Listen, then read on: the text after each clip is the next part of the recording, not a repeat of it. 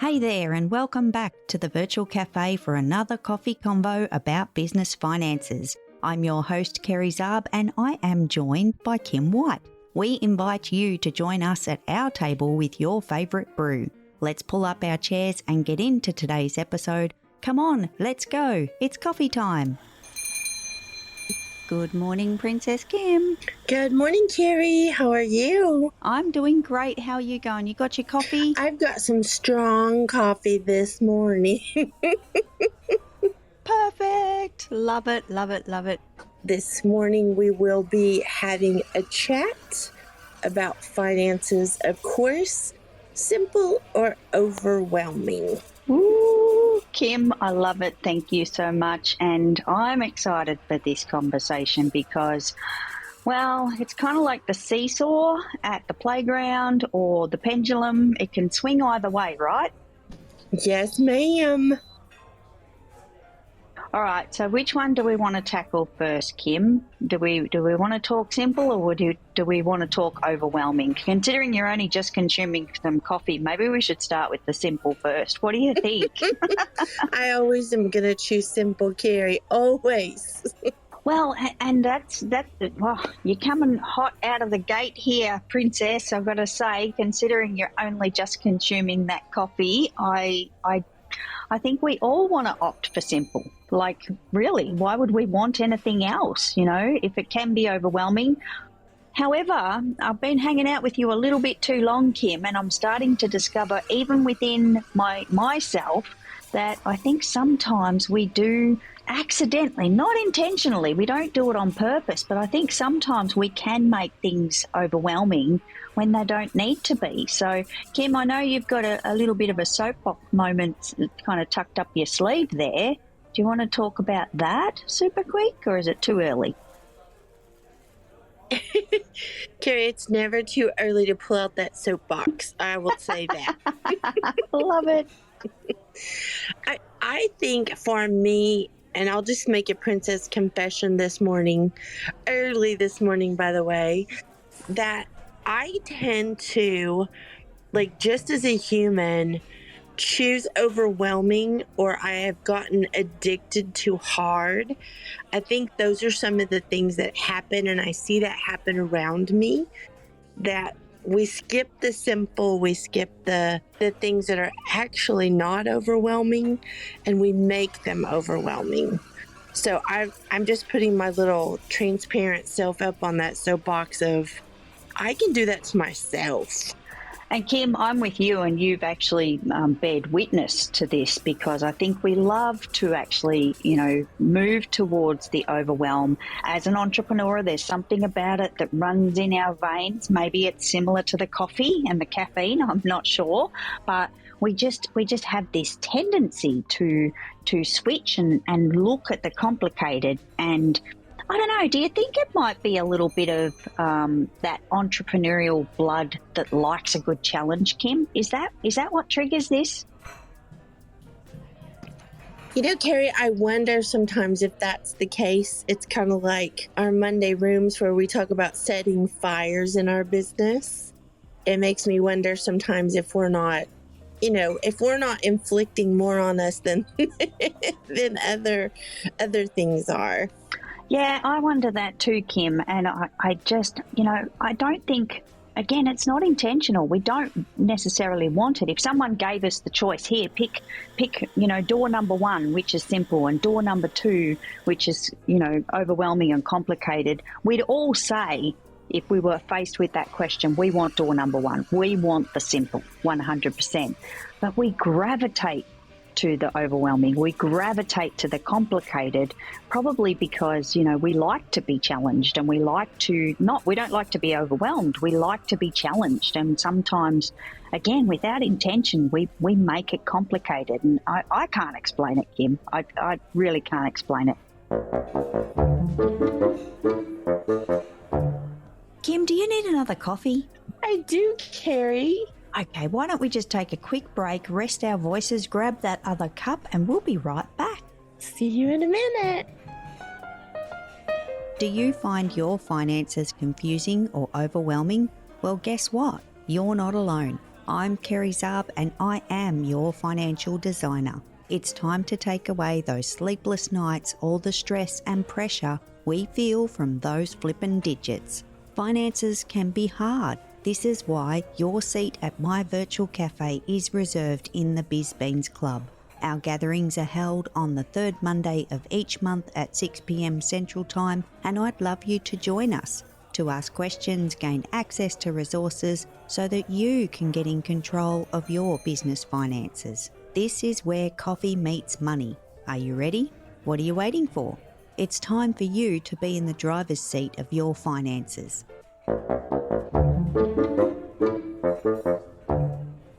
Good morning. Yes. Good evening. Good whatever. It's the stock standard answer. It needs to be. It's lovely to think that it's morning somewhere, everywhere, even though generally that's not my favourite time of day. It's shifting. It is shifting. I know you were going to start with the simple, and I didn't want to interrupt too much of your train of thought. If you wanted to keep going, I can definitely hold my questions because I have questions. And again, Linda, here we go. Okay, so here's the option that Kerry has. Door number one, to continue on her simple path, or do I want to possibly take a challenge from Linda behind door number two? You know what I'm picking. You know. Come on down. Come on down, exactly. Go for it. Look, I think in both cases of simple and overwhelming, it's quite easy to assume that problems are self-inflicted or our fault, that we don't have enough willpower or that we don't have enough. And that is part of being in business, and that's part of accepting responsibility. However, I think there's lots of social pressures, and sometimes we just don't know what we don't know, and therefore when it's overwhelming, some of those problems are not necessarily completely our fault. Can you expand, or would you like to talk to that a little bit more? Absolutely. And I'll flip it back to finances just because, you know, I love my beans so much. I think you're spot on, Linda, because let's paint a picture. Let's put together a bit of an example here. So as an entrepreneur, with my finances, I'm going to use case in point that if we had to choose between a spreadsheet versus an accounting platform. Let's look at that for a moment. So I'll pretend I'm a brand new business owner. I'm just starting my business and I'm faced with this decision. I actually have to, and again, I'm going to reference back to door number one or door number two. Behind door number one is a spreadsheet. It's a template. Someone has built it. We may find one for free. We may have to pay a small amount for this template of a spreadsheet versus what's behind door number two, the accounting platform. And say we're in a social circle or our biz buddies or even just a family member or friend that's actually saying, oh, yeah, accounting platforms, that's what business owners use, because there's a bit of a myth out there that we need an accounting platform. And I'm a believer in accounting platforms, by the way, so I'm not dismissing them, but I'm simply saying from a new business owner perspective, everyone speaks of accounting platforms. Everyone speaks of the automation, the ease of use, how much data you can get from an accounting platform. So it's very tempting as a brand new entrepreneur or business owner to choose what's behind door number two, which is the accounting platform. What we've failed to put in the equation of choosing door number two, it looks great, it's brilliant, it's got graphs and charts and a pretty platform and, you know, all the exciting things, there fly some unicorns. And what we've failed to put into that equation is the learning that goes behind that platform. It looks great, it looks pretty, it's got all these lovely colours and it's so enticing. And it comes with a fee, potentially a small fee. There are free platforms out there as well. Regardless, we need to learn that platform. So we've completely stripped away the reality of choosing door number one by going for what is the norm in society of business owners to go to an accounting platform. Whereas if we had a template of a spreadsheet that's just simple data entry of the numbers, so long as we know how to use a spreadsheet, and I think it's more common for us to already know how to use a spreadsheet or have a very small amount of education involved in learning how to use a spreadsheet. How's that for an example, Linda? Absolutely. Yeah, and I think it feeds back into, some of what I was saying as well, because that's not the picture that we are fed by lots of what we see online or lots of information out there. We are led to believe that we need the bells and whistles and everything else like that from the get-go in order to be successful either way. And it's metrics, it's measurable, ways that they love to sell to us. However, I think it can be so easy to overwhelm ourselves with, as you said, programs and platforms and inputs and outputs and everything else, when a lot of that could just be done with a spreadsheet to start with as well. Because instead of going straight for the bells and whistles, sometimes we go straight for the bells and whistles and do nothing, compared to sitting down with a spreadsheet and actually just getting some 1, 2, 3, 4, 5 onto a page. I love it, Linda. And I've got another example, but Kim, you unmiked. What did you want to add? I just want to make another confession really quickly, Kerry. I think whenever you do have all the bells and whistles, and it depends on where you're at, like where you're at in doing the things, like doing your finances and what way you are used to doing them. But for me, I think the bells and whistles are actually a deterrent. They make it harder for me and they make it overwhelming for me, because I need to stay, airplane mode focused in order to make good decisions about it. And it's really, platforms really offer a lot of different of the bells and whistles. I don't know what else to call it, but I think a spreadsheet where you're not distracted can have so much power to it versus being able to do all the things, but then you're not doing the things. That's at least for me. Well, Kim, you actually bring up something pretty special there, because from what Linda said and now what you've added, we're going to be more in a position to bail out. We're going to hit bailout mode. We're going to want to hit the eject button because, you got your parachute on. As an entrepreneur, we've always got our parachute on, hopefully. And from there, when we bail out and we're in, I'm just picking a flight here because you know how much Kerry loves to fly. But if we're in a plane and we've got our parachute, it's pretty easy to hit the eject button and jump and bail out and pull the cord for the parachute versus going through, all those hoops and things that we need to step through to learn a new platform that can be quite complicated and can be very overwhelming.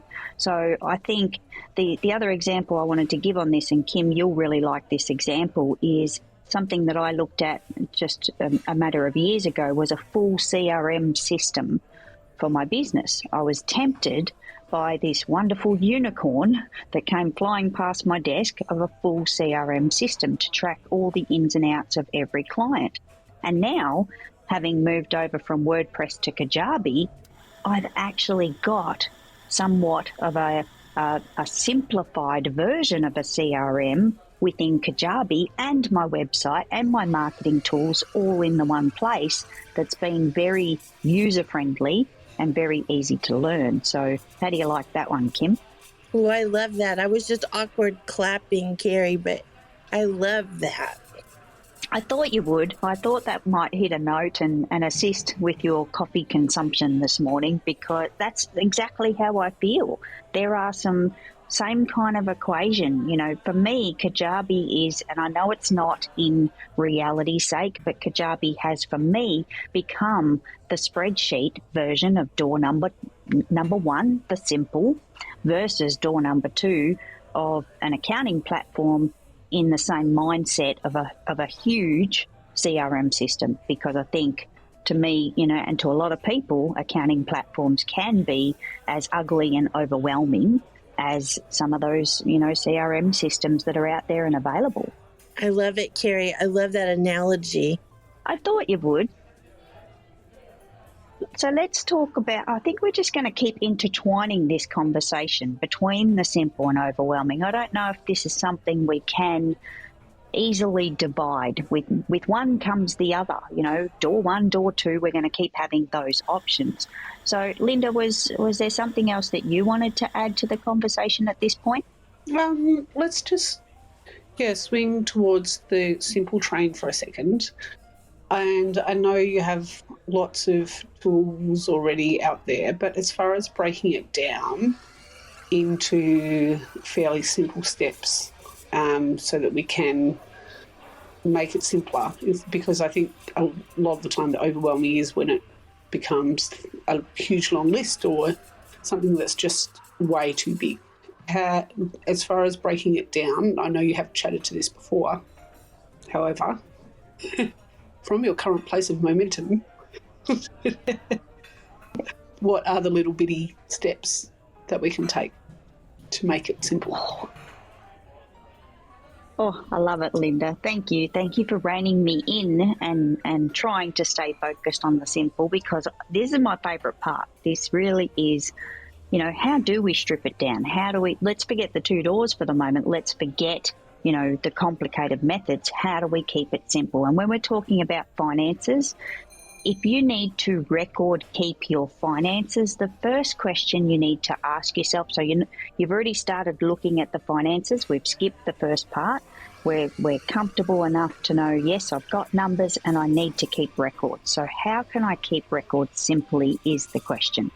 Something that's coming up in the club, we are actually going to go through what's called a chart of accounts. Now, I do not like the terminology of that. It sounds complicated, it sounds overwhelming, and it doesn't have to be, because essentially a chart of accounts to track your finances, what categories do we need to know in our numbers? And it can be as simple as, depending on the business and the size of the business, it might be these days, if you're running an online business, what are your subscriptions? What are you paying out in recurring expenses for your Zoom account, maybe a little bit of Canva, some social media apps? What do they look like? So you might want to put them into, so Zoom, for example, is for meetings.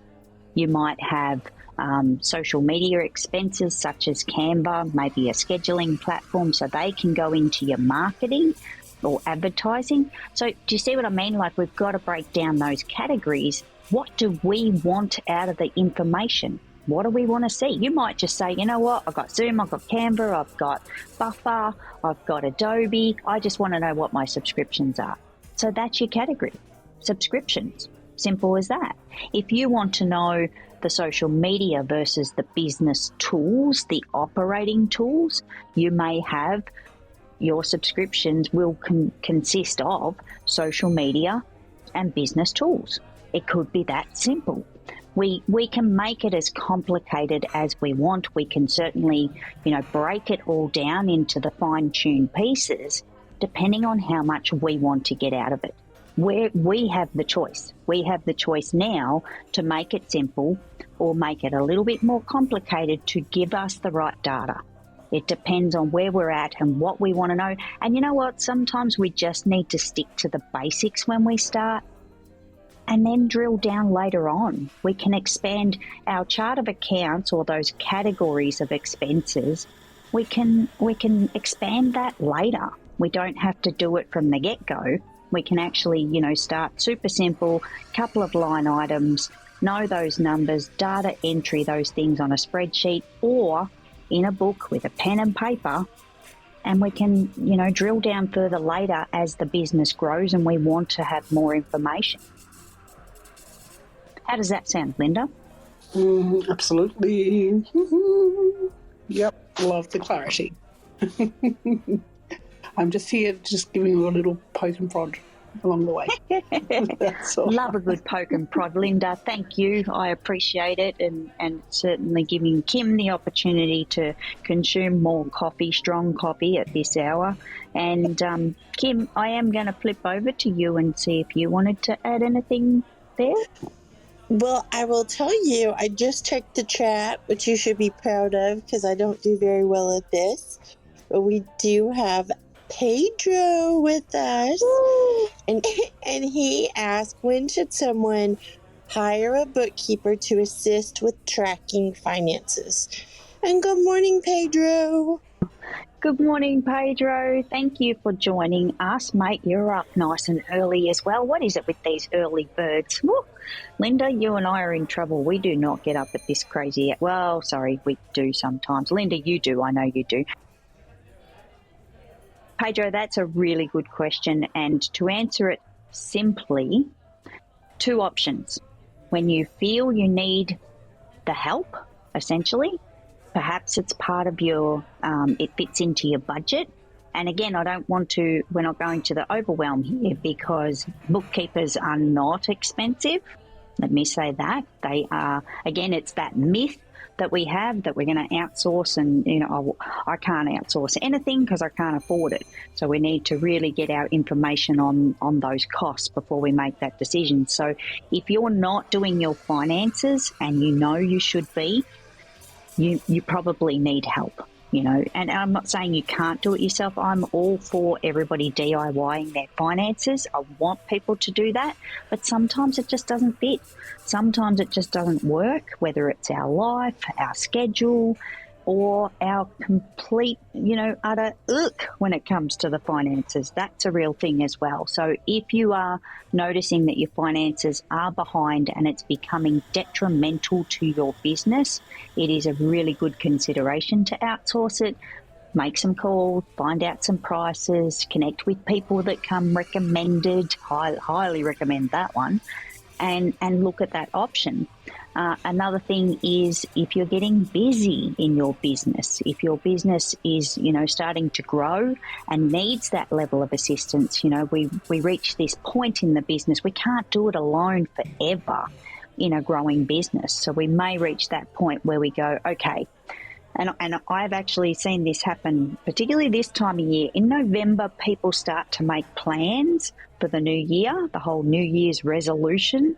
I don't believe in New Year's resolutions. However, I do believe in making plans for the new year. So you may be sitting in your business at this point in time going, okay, it's November, Christmas is coming pretty bloody fast. So what am I going to do in 2023? And you might put it on your list to start outsourcing some tasks within your business to help you maintain them, help you stay on track, get organised, and even sometimes just help you continue to grow your business. So it's a really good time of year to start thinking about those things and those things that we can do to help ourselves especially. So they're my biggest tips, Pedro, to think about outsourcing and getting a bookkeeper for the business numbers. If you're avoiding them and it's becoming detrimental, and just look at, getting someone that someone knows, hopefully someone comes recommended that can help you, and definitely, look to outsource when the time is right. I hope that helped. And Kim, by the way, thank you for checking the chat. I have not pressed that button. It's making me really nervous because we saw what happened last week when you and I tried to press buttons and be in the room without our sweet Adam at the same time. Linda, you should have been here. It was a comedy. It was a comedy, mate. It was a comedy show. There was there was a lot of talk about finances, but it was a comedy show at the same time. Let's just say I went on tour, Linda. I accidentally went on tour. Kim was completely overwhelmed and forgot the simple at the same time. Oh, it was very simple, Linda. I was in wrong rooms. I kept hitting the wrong button and going in everybody's room but the right one, and I shouldn't even have left this room, but I was trying, Kerry. I was too, Kim, and I didn't do a very good job either. We have been so spoilt by our amazing Adam. So spoilt. And Kim went somewhere else. Kerry hopped in the chat, couldn't find her way back. I was trying to pin links. Yeah, forget it. Just forget it.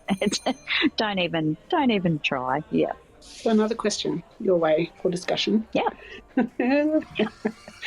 When we are in that overwhelm messy, overwhelmed stage. Sometimes the simple can be so far away and there's a lot of fear, I think, that comes alongside overwhelm as well, not just in finances but in life itself. I have you as a wonderful, wonderful mentor and motivation in a lot of that. Do you have anyone that helps you as far as when you're feeling overwhelmed in your finances, either in the past or currently, or anyone that you really gain motivation from in order to make it simple and rein yourself in a little bit? Oh, great question, Linda. This is a true confession moment in itself, and my voice is like kicking my butt at the same time here because I've just been talking so much for so many days. There's two sources for me, 100% for the finances. Two sources, at least two, if not three times a year, sometimes a fourth. I am on the phone with my accountant. If something needs to change or there's an update through our tax system or something like that, I am on the phone to my accountant 100%. I lean on him so much because I'm very fortunate to have a good accountant, and secondly, I guess I speak the same language, so that certainly helps that barrier that a lot of us face when it comes to finances. But I'll tell you where the best conversation comes from, because that's all good for, nerd out information and things that, I'm happy to consume.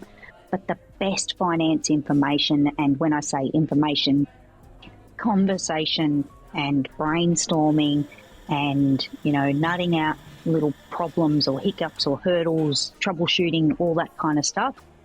Without fail, my husband is amazing. Like, we just have the best in sync conversations, and we can map it out. We actually work so well together. It's a true partnership where we can have those open conversations and sort through budget hiccups or cash flow hiccups. I'm really fortunate, and I know this is. I feel guilty saying it. I actually feel guilty saying it, that I do have such a great relationship with my husband to be able to do that with him, and likewise to have the accountant in my corner as well to assist me with the more high-end technical stuff. And it's great. It's great, but I feel so guilty. I really feel guilty even admitting that, because I know a lot of people don't have that, but that's why I'm here.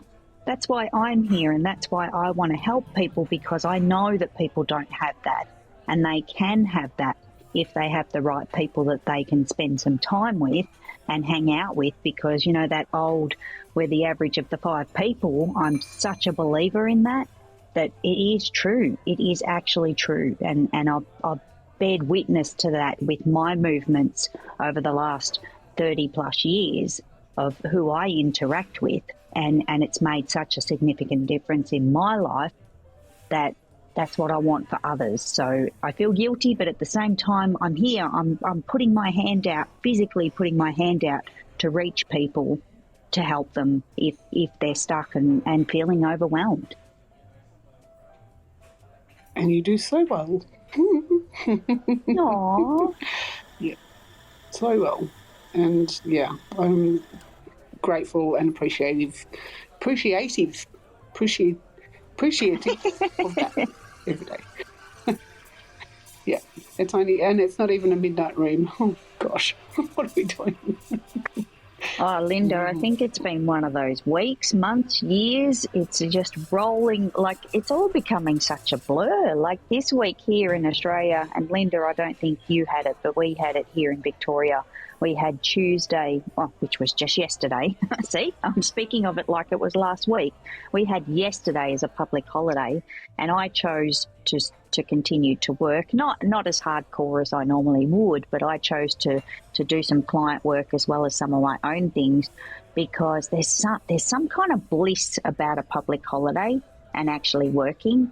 The phone doesn't ring. The emails are much lighter. There's just this different vibe about it. It's almost like the cafe on a Saturday morning. It's just got a different vibe about it. So I actually enjoy, strangely, working on public holidays, but it's thrown me. It's thrown me on a spin because I actually had my Tuesday meetings today, which is Wednesday, because everything got bumped forward because I might be working, but nobody else is. So all of my meetings got pushed forward a day. So now I'm like, I was standing there before going, what day is it? I'm thinking, it feels early in the week. I felt like today was a Monday again, strangely enough, after having yesterday being so much more low key. So I feel like I've had 2 Mondays this week, and don't ask me tomorrow what day it is. I won't even know. It's definitely not Monday, Kerry. Kim, can I ask you the same question? Do you have people that you look to when you're feeling overwhelmed or have felt overwhelmed with the finance components in the past? I do. And I guess I have, because I'm high maintenance, I'll just say that, I have multiple layers. I think that that's one of the things that I learned a long time ago is to layer up. Just like it's cold outside and you put layers of clothes on to keep warmer. I layer up in this department because, like, I'm responsible for a lot of people. I'm responsible for a lot of things. I'm responsible for what feels overwhelming, to make sure everything is done and all of that stuff. So, and again, I, like Kerry, my husband is a hot mess, but I need him a lot of times to rein me in with the overwhelm. And while he doesn't do like the finances like I do, he is there to support me as a human. That will help me. And I've said this before and I hate like saying it out loud, but our longtime accountant passed away. And that was really hard because I didn't realize how hard we lean on somebody like that. That's another thing that kept the overwhelm off, is just knowing I had somebody to go to. They didn't even have to do anything a lot of times. I just needed to ask a question. And if the question wasn't answered, it would become more and more overwhelming. So I think Kerry and her financial design ability, we'll call it, I think that's what makes the club so sexy to me that Kerry has, is because it gives me that feeling of security and safety of, I really do have a question. I need to know, this answer, or I need to say this out loud so somebody can help me unpack it and understand something. I think that's another layer. Even if someone doesn't do the actual financial part, having that go to me and having that layered up, I just think that makes all the difference. Absolutely. So, Kerry, I'm going to carry on my question train. Please. Yeah, absolutely. Earlier in the conversation, and I apologise because I had children around me at the time and that sort of thing, but I believe the general drift of it was how sometimes we actually are we jeopardise our own selves by making it, feeling like we have to make it hard, or feeling like if it's simple, something's missing. So when we overcome some of that mindset and put in the itty-bitty pieces and get to a simple, streamlined stage, how can we stay there instead of going back to perhaps our default of hard and overwhelm? Oh, Linda, you're bringing all the great questions. I love it. You know what? This is, and it's, common terminology. We want to hit maintenance mode. We want to hit that mode in our finances where It's like doing a load of washing or doing, a load of dishes or mowing the lawn, whatever that looks like, where it just has to be done and it's on the schedule and we're just ticking along. And it's small. It's not huge. It's not overwhelming. Therefore, we're comfortable with it and we've hit our groove with it where we can actually have it on our calendar, and we'd only Tetris it out if we really had, a significant kind of shift that it had to be bumped, with the very clear understanding, well, it's okay because I'm at it on a consistent basis. I'm, working my numbers consistently, whether that's your data entry on your spreadsheet or whether it's being across, you're reconciling your bank account on your accounting platform or filling out your book, whatever that is for you. You're doing that on a regular basis. So it's not this big, overwhelming beast. However, we've all had the beast at some point. So I like to play a little game where somehow I've got a reminder of that. And this is for other pieces in my business, by the way, because as much as my numbers, I know it's not that common, but I think in the financial space it's more common. Quite often a plumber has a leaky tap. Quite often a mechanic has a car that's, overdue for service or, needs its brake pads changed or something. Strangely enough, from what I've seen in the financial industry, most of us are pretty across our numbers. But we still need a reminder. It does not hurt to have a reminder for something that may drop off our schedule, something that is at risk of dropping out of maintenance mode. So we need some kind of example for ourselves to trigger almost that, jolt to us that we know we can't push it away because we will go backwards. It will become a beast again. So for anyone out there that has hit maintenance mode on their finances, for starters, bloody well done. Like, that is just, I am cheering for you. I think it's amazing. I want to send you a gold medal because it's so fantastic. It really is music to my ears. And then we've got that opportunity to maintain that and stay there. And I'm not saying it still can happen. We can still, fall off the finance wagon and end up in the weeds again, as Kim would say. But we're probably in a better space that if that does happen because a big life thing has happened, or there's been that huge significant change, we might have got sick, a family member may have gotten unwell that we had to help, and all those lifey adult things that can happen. We're in that comfortable position that we're going to be able to catch up better than we did at the beginning, better than we did back when it was a monster and a beast. So I hope that we've got that mental space in our mind where we recognise within ourselves, I can do this. We have to remember we've been there, we've done it, it was horrible, it was hard, and we did it. So we just need to take our mind back. If we slip again, you did it before, you can do it again. You did it before, you can do it again. You did it before, you can do it again. 100%. And I have faith in anyone that did it before that they can do it again, without question. To avoid getting to that spot in everyday business life, just keep scheduling it. Small, bite-sized pieces. I love every piece of food in my house. I have the mini version. I don't eat regular human-sized food because I like everything in small pieces. Everything's bite-sized. Mini M&Ms. Of all things, I eat mini M&Ms. I don't like the big ones, and they're tiny, but I prefer the mini M&Ms. Everything to me needs to be small. Essentially, what I'm saying is keep that small, consistent schedule in your calendar to stay in maintenance mode. It's going to make a huge difference, and you're going to feel fantastic. How's that, Linda? Sounds like there's a real mini M&Ms somewhere on a wheel reel. How's that? A wheel.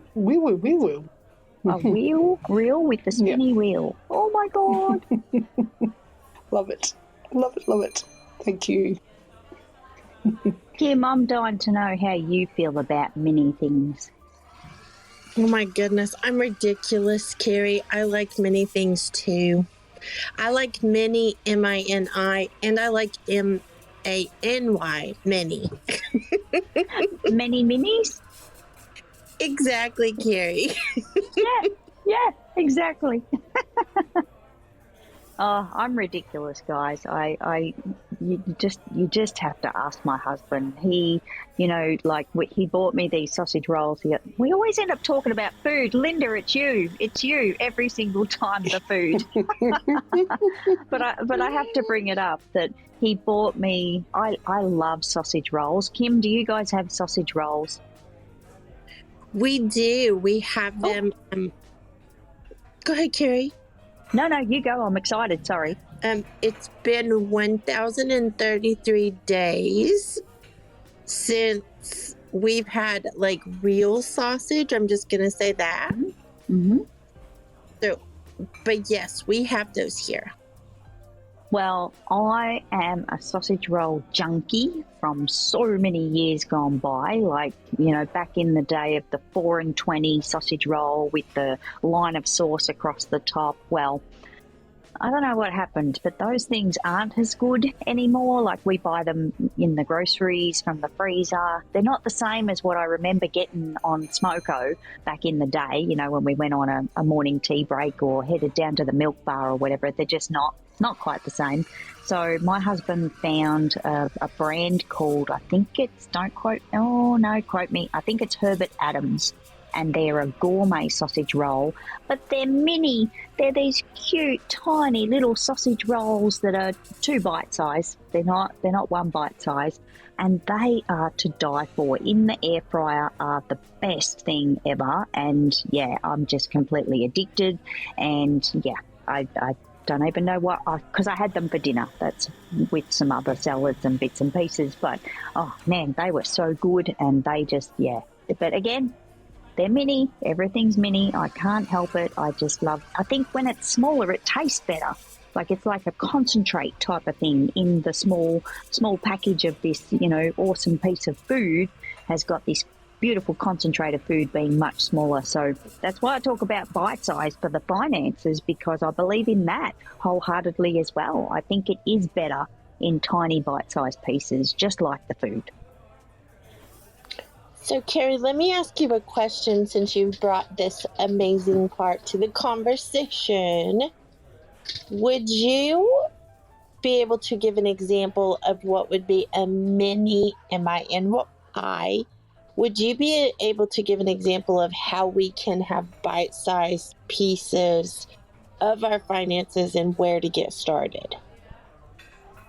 I would love to, Kim, and I'm going to be super conscientious to keep this short because we've got 6 minutes until we got to get out of here. I forgot almost that we've got 50-minute room in this series. So, Kim, mini bite-sized digestible pieces of finance are really simple, really simple.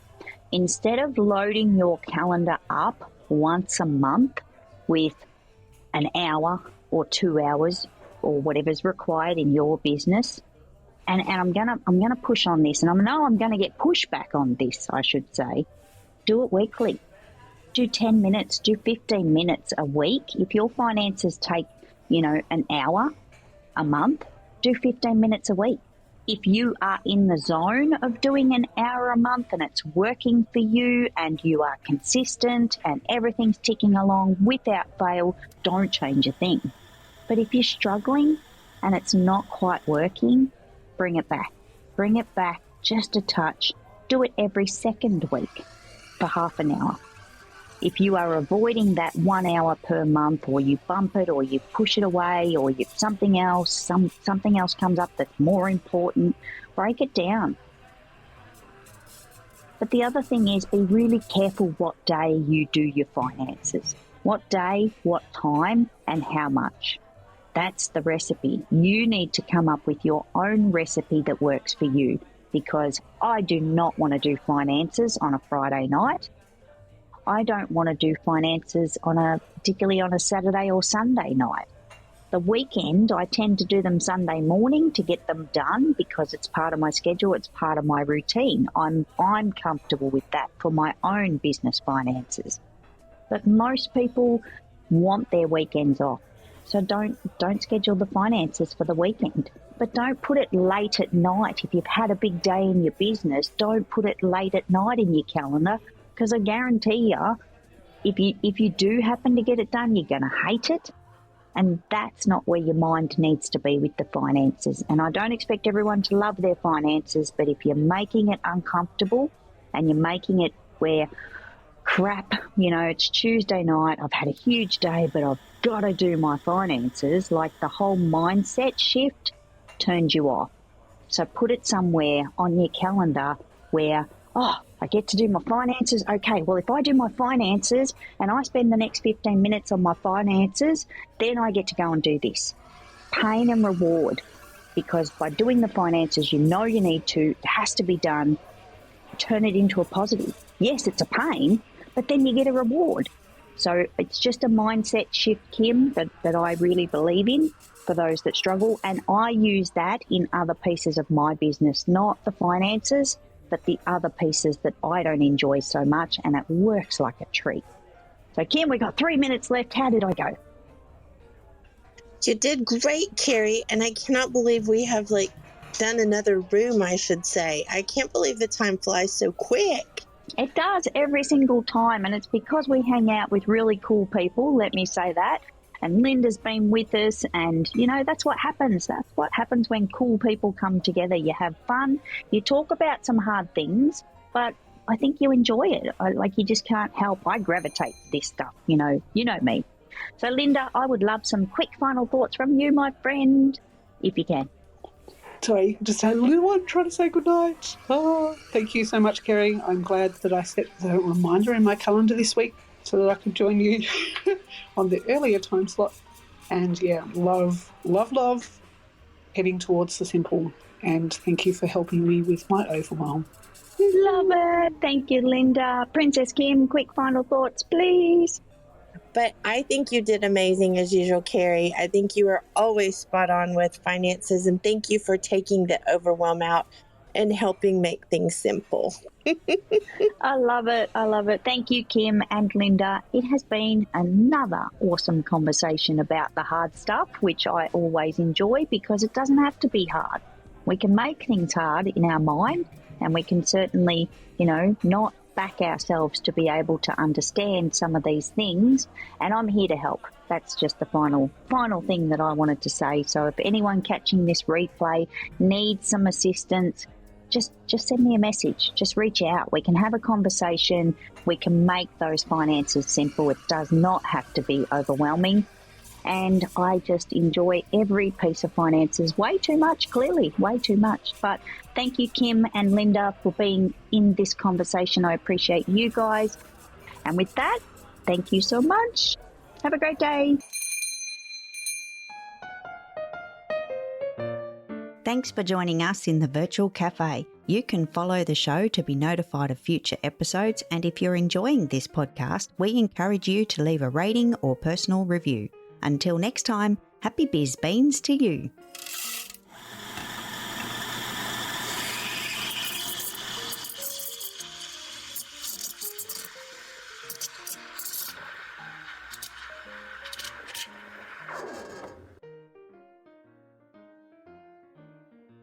No beans were harmed during the production of this podcast. Information contained in this podcast should be taken as general advice only, and your personal circumstances have not been taken into account. It is recommended that you seek financial advice from a professional who is licensed to do so. If you choose to act upon the general advice shared, you do so at your own risk.